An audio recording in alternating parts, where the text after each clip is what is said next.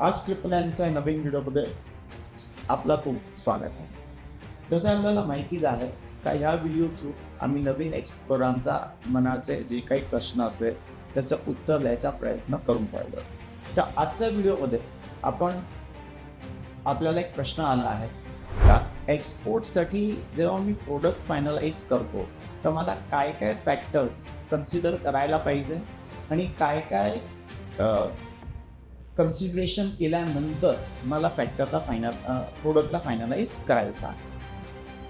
तर ह्याला आपण म्हणतो प्रोडक्ट सिलेक्शन. आणि प्रोडक्ट सिलेक्शनचे पुष्कळ सगळे क्रायटेरिया असतात. तर सर्वात बेसिक जो क्रायटेरिया आहे तो आहे डिमांड. आपण जो प्रोडक्ट एक्सपोर्ट करायचा प्रयत्न करून राहिले आहे काय तो प्रोडक्ट डिमांडमध्ये आहे अथवा नाही. लास्ट फ्यू इयर्समध्ये काय या प्रोडक्टची डिमांड वाढून राहिली आहे अथवा प्रोडक्टची डिमांड घटून राहिली आहे. जर प्रोडक्ट कंटिन्युअसली डिमांडमध्ये असेल आणि प्रोडक्टची डिमांड पण वाढून राहिली असेल तर than you can consider that product for export. त्याच रीतीने आपल्याला हे पण विचार करायला पाहिजे का तो प्रोडक्टची आपल्याकडे सप्लाय आहे का नाही. किती वेळा हे असतं का प्रोडक्टची डिमांड तर असते पण आपल्याकडे त्या प्रोडक्टची सप्लाय नसते.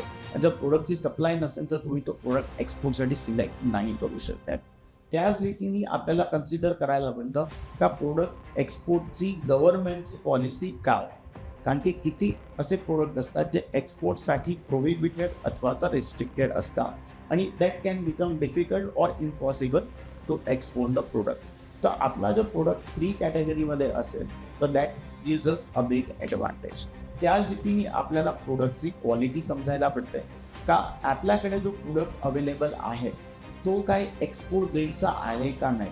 कितीक वेळा आपल्याला असं वाटतं का हा प्रोडक्टची डिमांड तर आहे आणि माझ्याकडे सप्लायर पण आहे पण सप्लायर जो माल सप्लाय करून राहिला आहे अथवा तो जे प्रोडक्ट सप्लाय करून राहिला आहे त्याची क्वालिटी एक्सपोर्ट ग्रेडची नसते आणि त्यामुळे तो प्रोडक्ट आपण एक्सपोर्ट नाही करू शकत. याच्याशिवाय रिक्वायर्ड डॉक्युमेंटेशन, गव्हर्नमेंटची पॉलिसी, दुसऱ्या कंट्रीजची डिमांड, ओव्हरऑल ग्लोबल सिच्युएशन, आपल्याकडे काय केपेबिलिटीज आहेत, आय मीन फायनान्शियल केपेबिलिटीज आहेत, लॉजिस्टिक्स आपण कशा रीती मॅनेज करूया, प्रोडक्टची शेल्फ लाईफ किती आहे, हे प्रोडक्ट तर पेरिशेबल आहे का नाही, त्याच्यावरती आपल्याला किती प्रॉफिट मार्जिन मिळू शकतो वगैरे वगैरे असे और बहुत सारे और पुष्कळ सगळे प्रोडक्टचे क्रायटेरियाज आहेत.